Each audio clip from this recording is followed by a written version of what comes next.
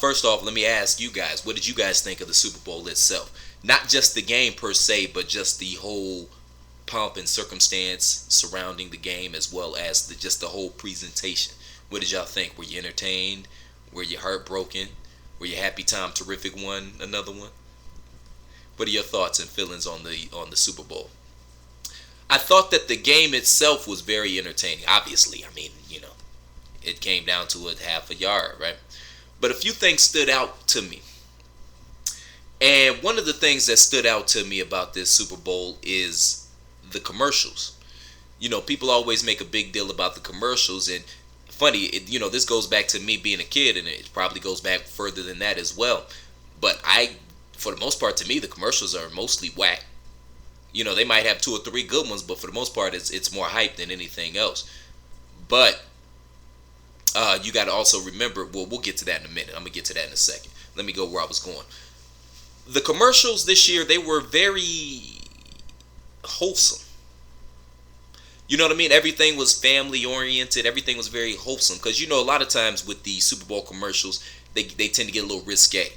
We all remember the GoDaddy ads just as a reference point. I remember there was one ad with the fat kid. You remember the little fat nerdy kid, and he was tongue kissing the supermodel. Y'all remember that one? So the commercials, they tend to get a little risque. Missy, hey man, Missy stole the show, Frank. Missy stole the show. We'll get to that in a second too. But the commercials, for the most part, were very wholesome, and I thought that was very peculiar. And there was a couple of killjoys too, like the one with the little boy, and he's talking, and then all of a sudden the little boy is dead. Like, dude, that's a buzzkill, man. You know what I mean? That's a buzzkill. But I thought that was very, very interesting. And then that kind of bled into the halftime show with Katy Perry, and it was what it was. They spent a lot of money trying to protect her and shield her, to show you she's not really that talented. And speaking of shielding and protecting, Katie didn't have them things on display. And that's kind of her modus operandi. Let's keep it 115. She didn't have them things on display. And I mean, Katie always has those things on display. She loves showing them things off. So I thought that was a little peculiar. I mean, she loves to show those things off so much. Y'all remember the episode of Sesame Street that they couldn't air because she was sitting up there with Elmo with them things out. So I thought that was cute. And then they put her in the little Bam Bam Bigelow outfit. And if you don't remember Bam Bam, Google Bam Bam Bigelow right quick. So they put her in the little Bam Bam Bigelow outfit. And then they had her riding on the thing. And yeah, they spent a lot of money to cover up her flaws. She's an average talent. And no disrespect, I have no problem with Katy Perry whatsoever. Tis what it is.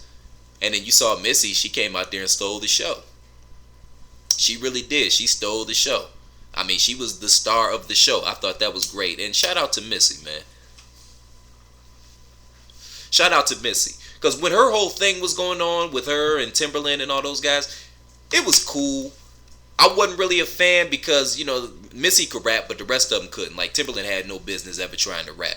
You know what I mean? And then he had the guy Magoo with him, and I didn't know what the hell he was talking about half the time. He was just saying words, and he had a cool sounding voice. And, Tim was just trying to grab an artist check as well as a producer check, so that wasn't nothing but a money grab. But, he ain't had no business rapping.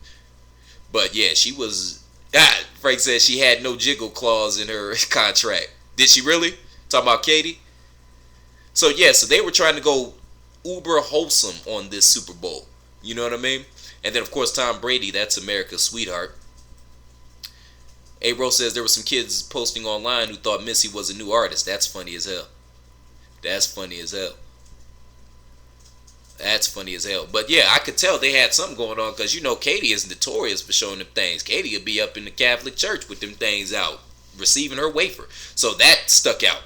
But yeah, the overall theme, I think, of the Super Bowl, they wanted to go a little more wholesome this year. Like I said, they were wholesome with the commercials, and they had some tear jerkers or some wannabe tear jerkers, You know how that goes. So I thought that was interesting. Talking about how Katie was so nice for letting her come on in with her. That's funny. That's funny. But, we live in a microwave generation, so, people don't know anything about Missy. I'll put it to you like this. Nobody over the age of 30 knows who the hell Missy Elliott is. You know what I mean? Flat out. Nobody under the age of 30 knows who Missy Elliott is, and that's sad because she had a good run. Missy had a really good run, especially when you consider the way she looks. Like her looking the way she looked, she had to come with some off the wall shit. You know what I mean? And she did that. But she was also sexual in her lyrics too, which was kind of odd. Like nobody really wants to think about getting down with Missy. But I mean, she pretty much let you know she's down. If that's her, she's down. She'll do what it is you want her to do. I'm cool. But, you know, for her to have the goal and the audacity to put it out there like that, you know, respect. Respect. But yeah, I thought that whole thing was real weird. I thought, yeah, it was very weird. And it kind of harked me back to something that I've heard from people throughout the years talking about how they want to take it back to the good old days, like the, you know, the 50s and shit like that. And that kind of made me think of that. I don't know why, but it kind of made me think of that. And they even had the Brady Bunch ad, which brings up a certain level of nostalgia. You know what I mean? What's up, James? James says, what about the sex sting they had set up to bring attention to the world's oldest profession? SAP needs a free pass. I mean, you know, like it wasn't chicks out here selling ass for the Super Bowl as is. You know, I'm of the mind they need to go ahead and legalize it because I feel like it's a victimless crime. They need to go ahead and legalize that. You can tax the hell out of it. You clean up the profession because you make the women take STD tests and drug testing. That way you get the crackheads and the meth heads out of it. They're not going around spreading diseases. You know what I mean? Even if you want to throw the law out there that it's mandatory that you wear a condom with every sexual act. You know what I mean? Boom. And think about all the money that would come in. Frank Nitty said her music was so revolutionary and ahead of its time. That's why she got so many downloads this week. Yeah, it was. It really was ahead of its time. Especially the rapping and singing component of it. That was definitely ahead of its time. So you got to give her props, man. She's a pioneer. You got to give her props, especially for women. Especially for women.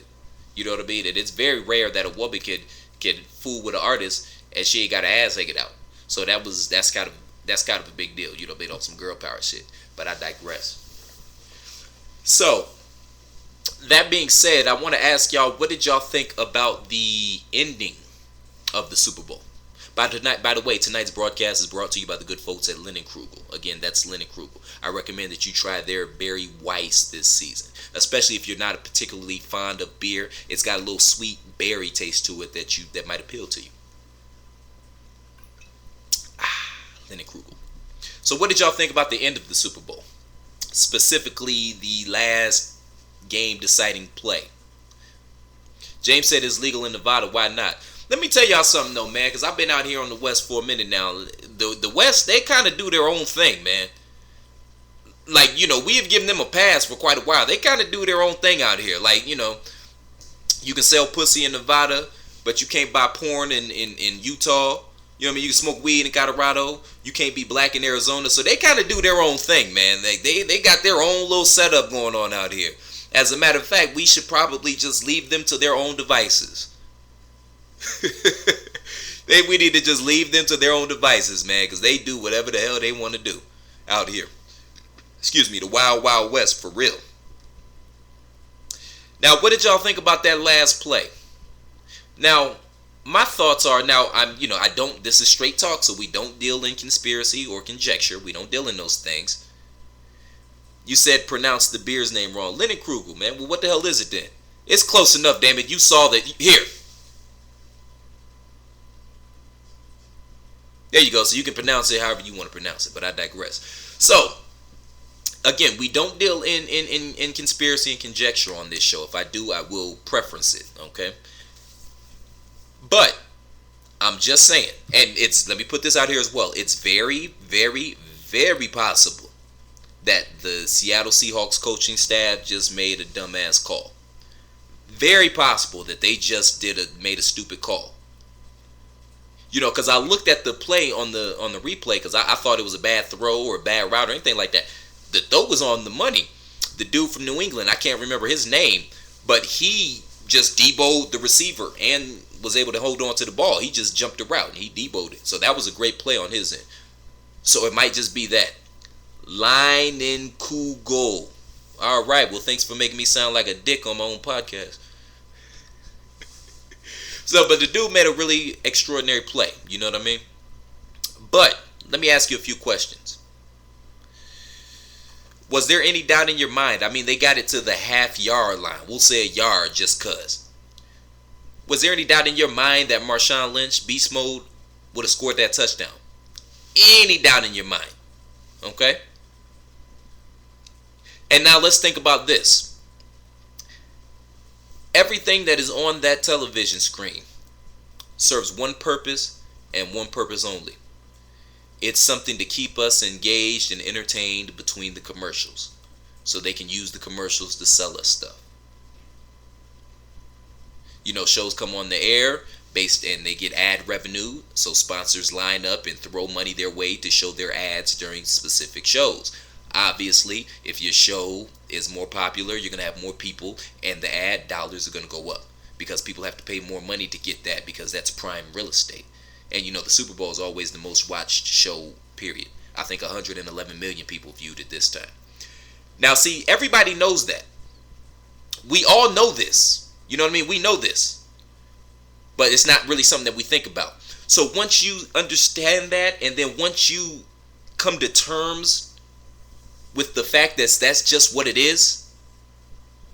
Again, when you come to terms with the fact that that's just what it is, that the medium of television exists solely for the purpose of selling us goods and services, and in some points, ideals, it changes your perspective on certain things. So that being said, let me ask you another question. After the week that he had, would it have been in the NFL's best interest to not only have Marshawn Lynch score the game-winning touchdown in the Super Bowl, but consequently, had that happened, they would have had to give him the MVP as well, because he had one touchdown. I believe he rushed for about 100 yards. I don't have the stats in front of me, but he had a very good game. So would it be in the NFL's best interest? Would it have behooved the National Football League to have their poster boy be Marshawn Lynch? Now, I'm not saying it along the lines of maybe, you know, somebody made a call from the evil layer. Oh. But perhaps that was in Pete Carroll's mind, the head coach. Perhaps that was in his mind with making that call. I'm not saying, I'm just saying. Is it that far-fetched to believe? James said, no, Lynch would have scored. Wilson made a dumb throw. But all Wilson was doing was what he was told. You know what I mean? I mean, he is a Super Bowl champion, but I doubt they give him that type of leeway where he can call his own plays in the huddle. I doubt. I mean, there's very few of them that had that leeway, like Brady and Manning, you know, those guys. But it's very few of them that have that leeway that they can call their own plays. Because you can see it in the game. Lynch tried to score on that last run. That's what set him up in that position and put him right there at the goal line. Because he tried to score with his damnedest. And there's no doubt that he would have scored that touchdown. No doubt in my mind. So is it outside of the realm of possibility to think that just perhaps the NFL pulled a power play? Yeah. And then you could talk about, well, Deflategate, you know, and that was just something that they needed to kill a week before the Super Bowl, because it was 2 weeks and ain't nobody checking for the Pro Bowl. So that was just something that they needed to do to kill time. But you also got to remember who the players are. And I'm not talking about them melon farmers on the field. The owner of the New England Patriots, Bob Kraft, yes, that Kraft, and we've talked about this before, he's one of the big wigs. So maybe he pulled a power play. Maybe he said, hey, is it inconceivable to say, hey, man, you giving my team all this flack. What's going on? You know?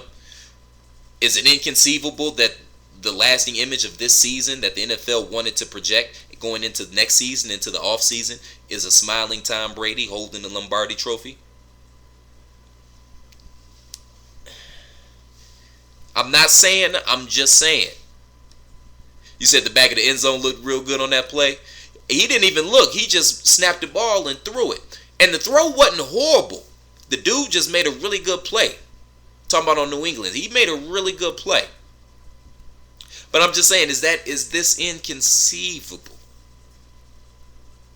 When keep in mind the whole reason that there is a Super Bowl, the whole reason that this big thing called the NFL is so that we'll watch TV and they can sell us stuff. Or they can sell us jerseys. Or they can sell us beer or whatever. Is it that inconceivable? I'm not saying, I'm just saying. Just think about it. Just think about it. Is it inconceivable that perhaps the refs might have, let some shit slide here and maybe called some shit there to keep the game competitive? Is that inconceivable? James says obviously they wanted Wilson to be the poster boy rather than Lynch. Yeah, and as a matter of fact, he was anonymous, which I understand why he was anonymous, but there was a player that said that the coach wanted his golden boy to be the hero, not Marshawn. Cause see, that's the thing, man. Anything that you watch on that idiot box, man, you have to look at it with certain amount of skepticism. I'm not saying you can't enjoy what you enjoy. Watch what you want to watch. Enjoy what you want to enjoy. That's not what I'm saying. All I'm saying is be cognizant of what's going on, and then once you flip that switch, you look at things differently. You know what I mean? And you start to see the way that the chess pieces are moved on the board, and you see who's the king, who's the Brooks, and who's the pawns. You know what I mean? All in all, though, it was just it was entertaining, but I just thought that was weird. So we had the wholesome commercials. We had Katie covering her things up for the first time in history. You know what I mean? First time in history. That bitch probably go to the gynecologist with no panties on. I kid, man. I ain't got nothing against Katy Perry. She cool. But I'm just saying. And then at the end of the day, their golden boy, Tom Brady, is holding up the Lombardi trophy. I'm just saying. And he has vanquished the arrogant Seahawks. And see, you got to peep that too, man, because when people say shit like that, that's coded language. Because that same criticism, that arrogance and this and that's that same criticism that they use against Money Mayweather. And if you want to take it even farther back than that, that's that same criticism that they used against Bill Russell and Kareem Abdul-Jabbar and even Muhammad Ali. See, Muhammad Ali, a lot of people, under the age of 30 don't realize Muhammad was at one time the most hated man in America. We think he's all smiling now and, oh, he's the greatest and all that. People didn't like Muhammad till Muhammad lost the ability to speak. That's deep. Let me say that again. Mainstream America did not start fooling with Muhammad Ali until he lost his ability to speak. You know what I mean? Yeah, man. So I'm just saying, I'm not saying that that's what happened. Again, sometimes we all do dumb stuff on the job, okay? To err is human. And that might have been it. The coaching staff had a brain fart. They called a bad play. The guy in New England made a play. That could be it. But, again, is there any way in Hades that the National Football League, after the week that he had, would have wanted Marshawn Lynch to be its poster child? I'm not saying, I'm just saying. Yeah, they do. They make a lot of money off of Brady. He fits that image. See, that's one of the reasons why football still is America's #1 sport. Plus the way they frame it too, you know what I mean? Because every game matters, that any given Sunday thing, the whole war thing, and the whole us versus them. You know what I mean? That plays into it as well. But the top spot is still the quarterback, and there's really not a whole lot of black quarterbacks out there, and there's even less of them that are doing anything. So, I'm not saying, I'm just saying. I'm not saying, I'm just saying. That struck me as odd, and the whole wholesome thing struck me as odd. So I started to kind of put it together in my head, and I painted a picture. But again, all that being said, congratulations to the New England Patriots. Whatever.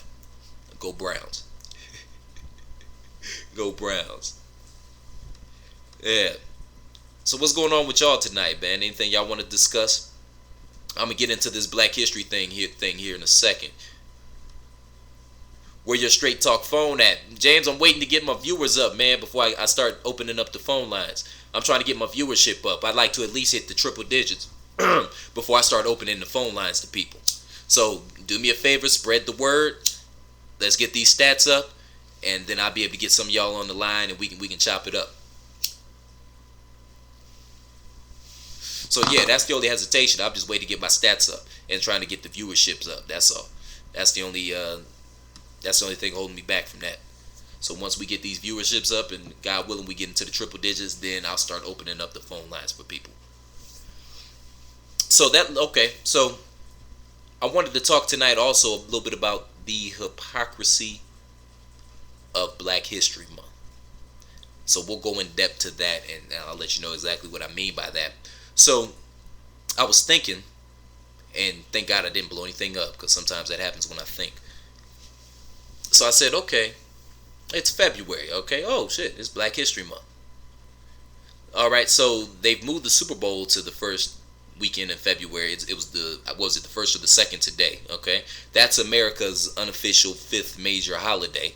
You know, that's one day. The day after the Super Bowl is Groundhog Day. That's 2 days.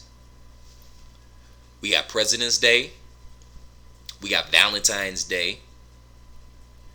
And oh, by the way, lest I forget, the month started on a Sunday, so that guarantees there's going to be a Friday the 13th in this month. That's another day. You know what I mean? So, and to let alone that it's the shortest month, and I know that is cliche to say at this point, but there's still something to that, right? It's still the shortest month, right? So by the time they get done picking off the days, all we're gonna be left with for Black History Month is a 45-minute documentary unsung about Kool and the Gang. By the time they get done with it, right? And we haven't even gotten to the part about how the whole idea of Black History Month to begin with is extremely racist. Let me say that again. The very idea of a Black History Month is extremely racist. Because think about it. Okay, on the surface, think about it. You know, Martin Luther King, Malcolm X, Frederick Douglass, whoever you want to throw out there, are just as integral and just as part of the fabric of American history as are George Washington or FDR or JFK or whomever else you want to throw out there. So it's not Black history per se. It's American history. Yeah, they happen to be black, right on, but it's American history. See, and this is the thing, man, and this is the problem. This is why it's difficult to talk to white people about race. Because if it's not the Klan or the word nigga, it's not racist. And, you know, there's some of them out there that they really don't understand that concept. And then, of course, there's some that do understand that concept, and they just act like they don't because they feel a certain way about black people. You understand? So this is what makes it so difficult. You can't get your paid MLK Day off. Oh, that's some bull. That's some bull. You know what I mean? So the very idea of a Black History Month, it's the equivalent to throwing us a bone. And y'all couldn't even make it look good. You give us the shortest month, and then you keep taking these days from us. Y'all couldn't even make it look halfway good. You know what I mean? Come on, man. Come on, man. And see, the thing is, the only thing black people ever wanted from this country, the only two things blacks ever wanted from this country were to be giving our the same rights as every other American citizen, and to be judged based upon our individual merit, as opposed to some preconceived notions you bring to our interaction based off something we had absolutely positively nothing to do with. Had no say in whether or not I was going to be black. Hell, if I had my druthers, I probably would have went with Jewish. They got the best stereotypes, you know. Make a lot of money and secretly rule the world. You know, I can sign on board with that, you know. Asians will probably be a close second, but that whole little penis thing is kind of a deal breaker. But you know what I mean? Like we had no anything to do with that. But yet all of our interactions in this country are based upon that prerequisite. Not all of our interactions, but the vast majority of our interactions in this country is based off of that prerequisite. And that's frustrating. That's frustrating as hell. Reparations would be a start, but I don't see that happening anytime soon. So we got to do for self. So we got to begin to practice group economics and spread our own money around. And then once we spread our own money around, that's how you gain political power, clout, and influence. So not only can you influence the politicians that are in there, you can also put your own people in there. And now you have a political platform and a base to which you can come from. So if you can hold their feet to the fire, you can hold the politicians accountable. And if they don't say what they said they were going to do, or they don't do what they said they were going to do, you can get them out there and put somebody else in there that will. So I mean, that's the overall solution. What I'm trying to do now is just point out the hypocrisy of it and make you look at it a different way. But that's the overall solution. That's the end game, and there's no way to get around that. We need to, as blacks, we need to practice group economics and create an economic base to come from. So now we have some political clout and some power, because it's the only thing we ain't tried. You know. But yeah, so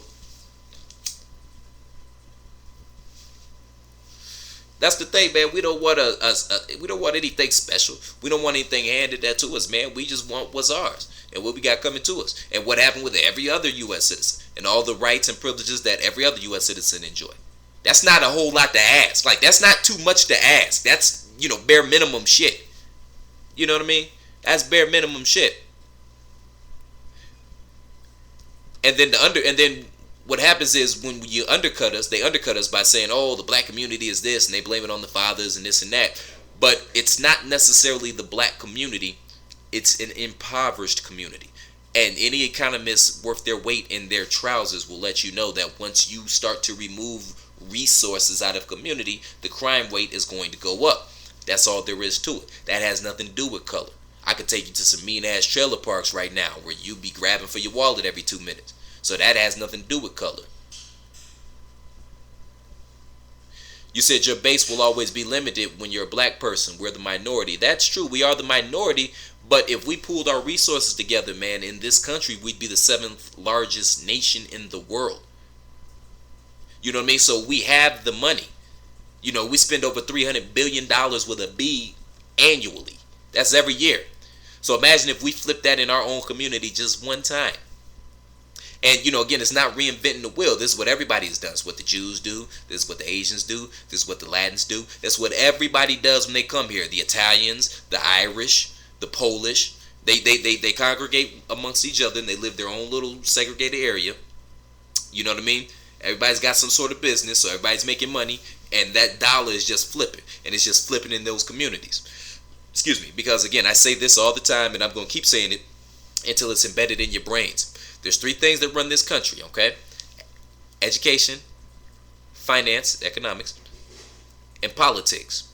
So how it goes is, you go to school, you get the education, you start the business. Not only are you taking care of your family, but you're also providing jobs for others, because let's keep it 100, the world needs ditch diggers too, all right? Now you have finance. And then once you obtain that finance, then you buy the politics. That's how this works.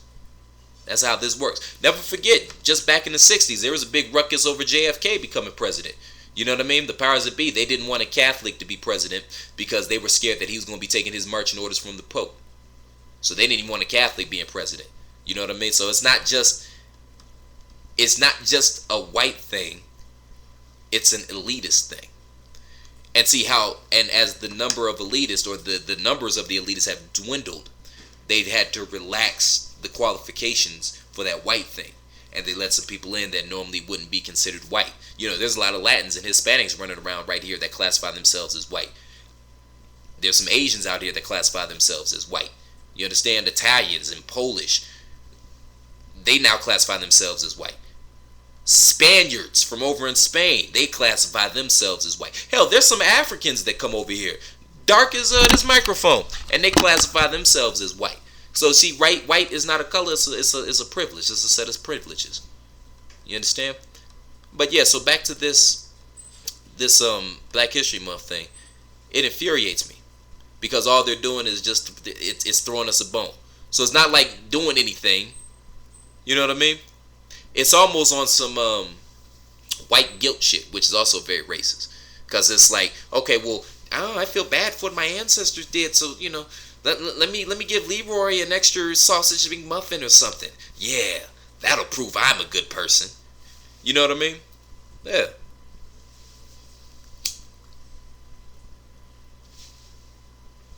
It's kind of like that too. And yeah, white people, man, we don't want y'all to feel guilty. That's counterproductive. You know what I mean? That's counterproductive. And I understand sometimes you don't want to rock the boat. You kind of got it good right now. You know what I mean? You don't want to rock the boat. You just kind of want to get yours and live your life. And I understand that, my white brothers and sisters. I really do. I understand that. Now, I can't speak for all of my brethren. You know what I mean? All my brethren, they aren't as understanding as I am. Okay? And I gotta be honest. I'm starting to lose my patience with y'all too, because I don't. How long are y'all gonna turn the other way and pretend like y'all don't see what the fuck is going on? So see, my patience is starting to wear a little thin too now. Okay, let's cut the bullshit. How long y'all gonna look the other way and act like you don't see what's going on?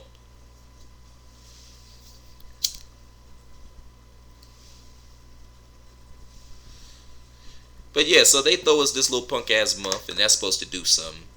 You know what I mean? Between that and Obama, that's supposed to do something. But see, one thing that y'all missed about the whole Obama thing, though, because there was a lot of people in the dominant society that once Obama got elected, that meant we were even. We're even Steven. And that has a lot to do with a lot of the fuck shit that's been going on since he's been in office as well. With the election of Barack Obama, there was a lot of people in the dominant society that called it even. Did y'all know that? A lot of people called it even. Yeah. And he's got a point. James says the same story Rush Limbaugh is telling. White folks voted for Obama because they felt guilty about anti-black history. And a lot of them, I think, did. Now, a lot of people, you also got to remember, at that specific point in time in American history, a lot of people were fed up. They were pissed with the status quo. They took all our money. And everybody, and we're fighting a war that we had no business being in the beginning. To begin with, rather. And a lot of people were feeling a lot of frustration. So yeah, there were a lot of people that did that out of white guilt, that voted for Obama out of white guilt.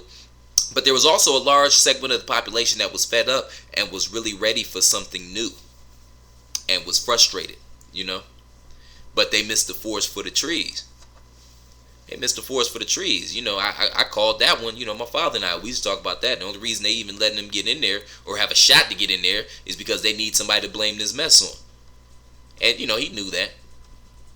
Because if I knew it, he knew it. But yeah, so there's a lot of that. And white guilt, that's not, no. Just act right. We don't need white guilt. We don't want you to feel bad about none. It is what it is, but act right. Don't turn your back. Don't turn your cheek. And another thing too, because there's a lot of these people out here talking about, oh, I don't see skin color. You know, that's intellectually dishonest, because we're bred to see skin color from the womb. As soon as we come out the womb, we're inundated with white supremacy. So that's BS. But if you happen to be that one person, keep in mind that not seeing color is not the opposite of racism. Not, or claiming to not see color, or even not seeing color, is not the opposite of racism. The opposite of racism is understanding, taking notice, and appreciating the similarities and the differences between our cultures, and then using conversations and interactions to bridge that gap. Okay? You know? That's not, again, seeing color blindness is not the opposite of racism. So yeah, this Black History thing is extremely racist, man. What do they do? I think the Family Channel throws on Roots for a couple nights and shit. You know what I mean? ESPN, they'll probably talk about some great African Americans in sports history. Your local news might talk about some nigga that did some shit in your town a while back. You know, it's a bone, man. Don't fall for the okie. Don't fall for the bone, man. That's it. We never wanted to be African Americans, man. We just wanted to be Americans. And I don't use that word. It's very rare you hear me use that word, African American. And the reason that for that is because did y'all know that was just some shit Jesse Jackson pulled out his ass in the 80s? Did y'all know that? Yeah, that's where African American came from. That's some crap Jesse Jackson pulled out in the 80s. And Jesse does not speak for all black people. And neither does Al, so quit bringing him up. Fred Mitty said, how's throwing on Roots helping? Exactly. All it does is it's the same thing 12 Years a Slave and The Help and movies like that do. They make black people feel, or they make white people feel bad. You know what I mean? They make white people feel bad. So maybe they'll write a check to the NAACP to get little Antoine a PlayStation 16 or some shit. You know? But they're not really thinking about true integration. Nobody's thinking about true integration. I'd love to live in a society where, you know, there's color blindness, or at the very least, your ethnicity doesn't matter as much. At the very least. You know? I'd love to live in that world. Yeah. But see, and see, that creates resentment too from the dominant society. Because they do this little bullshit, this little pomp and circumstance bullshit like Black History Month and this and that. And that creates resentment with the dominant society. And then that's where you get that bullshit talking about we always want some handouts and this and that. And it's like, nah, man, we just want what was coming to us. That's it. We just want what was coming to us, man. We Americans, man. And quite frankly, we've been here longer than anybody else. You know, that trips me out too, man. You know, because those early English settlers, there ain't really too many of them running around. You know what I mean? And there's not too many from that lineage running around. So, I mean, we got here, we were on like the 5th boat, man. I'm being facetious, but you understand what I'm saying. We were like on the 5th boat. You know, we've been here since the beginning, since before America was America. But yet, you can trace your roots. Oh, your great-grandparents moved over here in the 20s from Poland. Or your great-grandparents moved over here from Italy, or your grandparents moved over here in the 40s, right after the war, from Italy. But yet and still, you have the audacity to call me a nigga. You have the audacity to call me a nigga? Nigga, if you don't get your ass out of here.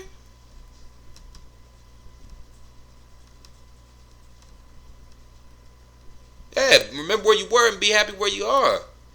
And, you know, a little respect due. Like, you know, a little respect due. Respect your elders. I'm being funny now, but you understand what I'm saying? Like, I don't understand the audacity of that, man. And that's because we let this white shit go on for way too long. And look, man, you know, nobody's trying to create a black land. Nobody wants black supremacy because, you know, injustice is injustice. It don't matter where it's coming from. That's all I'm on, man. Let's replace this system of white supremacy with a system of fairness and justice. What's so hard about that? And the funny thing is, it's a lot easier to fix it than it was to put it together. Now think about that. If you've ever like had model cars as a kid, you know, it might take hours or days or weeks to put that model car together with the little glue, and you got to glue the windows on and you know, glue the little doors on and this and that. But all you got to do is drop it on the ground and it breaks. It shatters. Right? All you got to do is drop it. It's a lot easier to break it than it is to put it together. And that's it, man. That's it in a nutshell, man. That's all black people ever wanted from this country, man. To be given our same rights as American citizens and to be judged on our individual merit, not based off some preconceived notions you have, based off something predicated upon something we had absolutely positively nothing to do with. And if you just not gonna like me because I'm black, that's cool too, man. Let it be known. Be scared. Let it be known. Say that. Say that shit, man. I'm not gonna get mad at you for saying that. I know where you stand, okay? Alright, well, I ain't gonna fuck with that dude. You know? Yeah, that's true too, James. That's true too. That's true too. Because a lot of people feel this way, and a lot of people that we don't want to admit what the numbers actually are. Because I hear a lot of people saying that, oh, well, racism will die out as the older generation dies off and this and that. Yeah, but they're passing on their values to the next generation. And not only, and it's not so much even the values, it's also the resources. It's the values, it's the ideologies, and it's the resources that they're passing down. And that's a deadly combination. And that's another thing people don't understand, because there's black people that hate white people out here. Of course there are. You know what I mean? Yeah. But the thing is, the difference between that black person that might hate white people is that that black person cannot affect public policy. They can't affect which schools are going to get funding. They can't affect who's going to teach your schools or who's going to teach your kids in school. You understand? They don't affect anything. And you got a lot of melon farmers that are happy with the way things are. And that's a harsh reality to face. Not everybody, of course.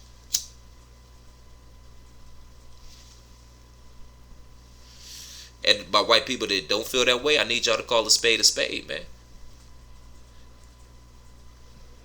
Because this affects you too, whether you know it or not. Because once they get done with us, they're coming after y'all.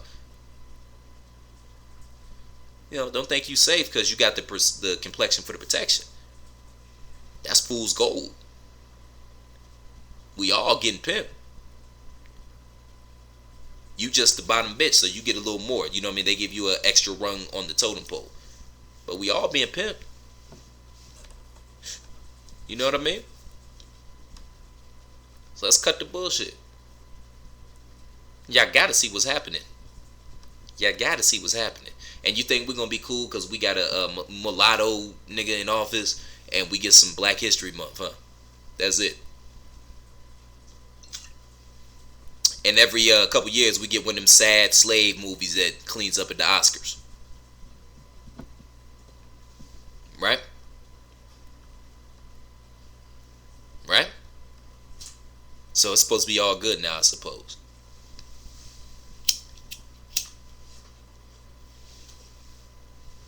But see, that's the thing, and our white brothers and sisters, they don't realize that either. Racism doesn't come always with pitchforks.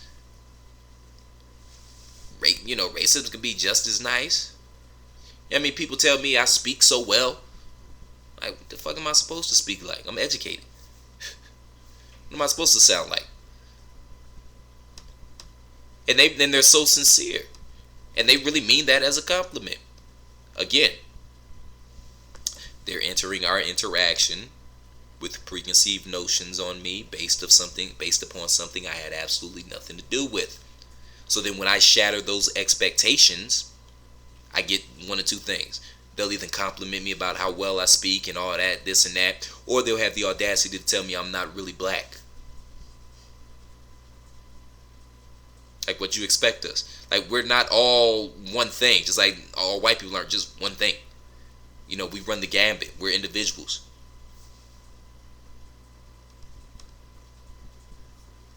And then when you bring this up to people, they don't understand why you're so frustrated or why you get so angry. Either they don't understand, because some of them might not, but a lot of them do and act like they don't.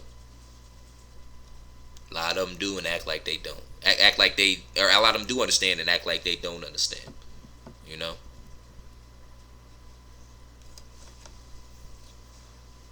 And I'm always leery of people that say I don't see color because that's disingenuous. I certainly see color and ethnicity. But see, the difference between me is I don't let that determine my interactions with you. I judge you on your individual merit and would hope that you do the same. And then once we get past that bullshit, because see, this is how things work, man. We spend so much time on the differences that we forget about the similarities. And this goes in any relationship, be it romantic, friendship, whatever. You got to understand we have a lot more in common than we do not in common. Okay? And that's how you build a relationship, off the commonalities. off the things that you have in common with another individual. And then once you establish those commonalities, the differences is what makes that person interesting to you. That's what makes that person interesting, is the differences. But you got to build on the similarities. And then you go from there. You understand? You build on the similarities. You don't come into an interaction saying, oh, they're black, I'm white, we're not going to have anything in common. And then you just shut down. You understand?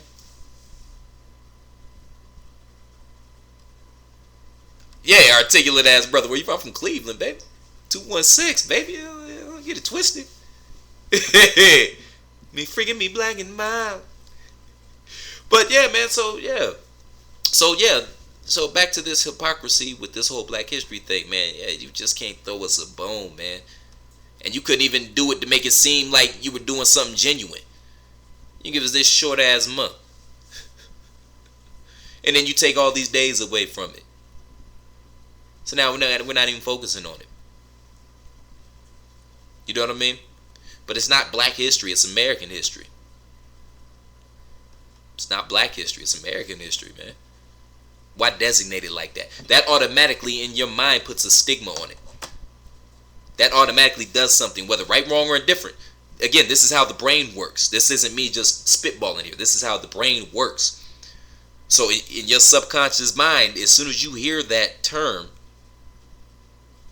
put black in front of anything. Black business, Black history, Black president, whatever. You feel a certain way. You feel a certain way. And see, that's the problem. That's the problem. We don't need bones. We don't need bones. Just level the playing field, man. And my white brothers and sisters, y'all feel it too, man. Y'all ain't got no money either. And see, the problem is a lot of y'all that are cool being broke. As long as you ain't a nigga. Now that's sad, and we can't do nothing with that. But there's a lot of y'all that know what it is, man. And we got to start calling the bullshit out. That's the bottom line.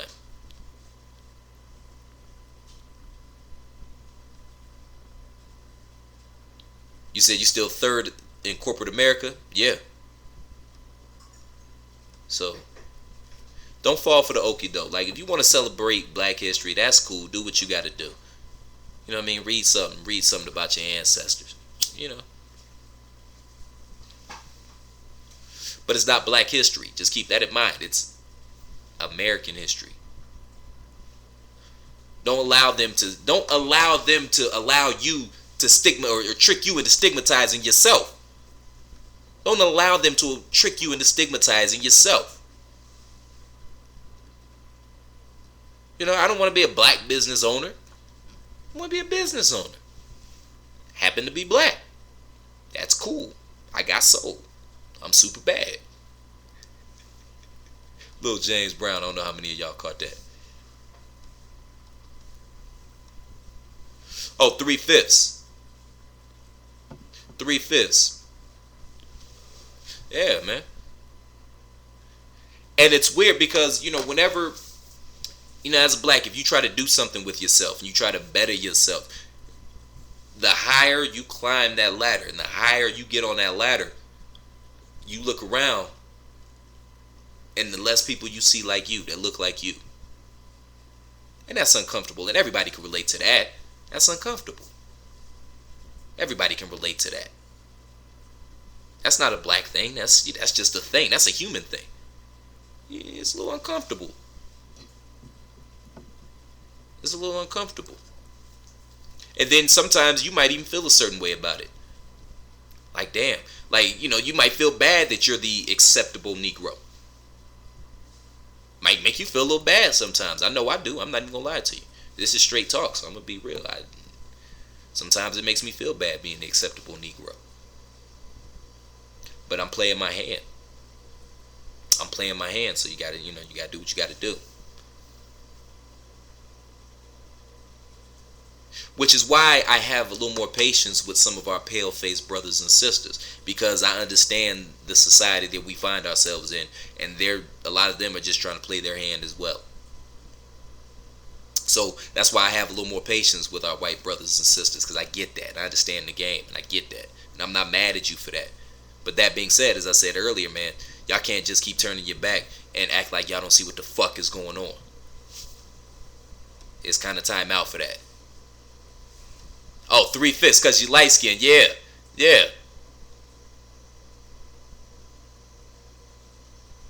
Yeah. And I agree with you, Frank. Of course, I'm educated. What the fuck am I supposed to sound like? That's what trips me out. Hell, the president of the United States looks like me. What am I supposed to sound like? Then you got the audacity to tell me that I'm not black. Come on, man. Come on, man. So yeah, so don't fall for the okie doke, man. Don't fall for that little carrot that they dangle with the Black History Month, and then every now and again they'll let a black person win an award or something. You know what I mean? We got a black guy in the office. Don't fall for that okie doke, man. Don't fall for that. Don't fall for that, man. You know better. You know how racist Black History Month is. Are you kidding me? So you're going to take these 2.5 weeks in this damn month and tell our kids a bastardized version. What did they teach us in school? We learned a little bit of Martin. We learned George Washington Carver did some shit with some peanuts. What else? They really didn't get into Garvey. I understand why they didn't get into Garvey. Same thing with Malcolm. I understand they got into a little bit of Marcus, a little bit of Malcolm. I understand why they didn't. But that's about it. That's about it. And if you went to a real shitty school, they might have had to pad the stats a little bit and talk about like Louis Armstrong or something. You know what I mean? They talk about Louis Armstrong or Paul Robeson or something. He's an actor back in the day as well.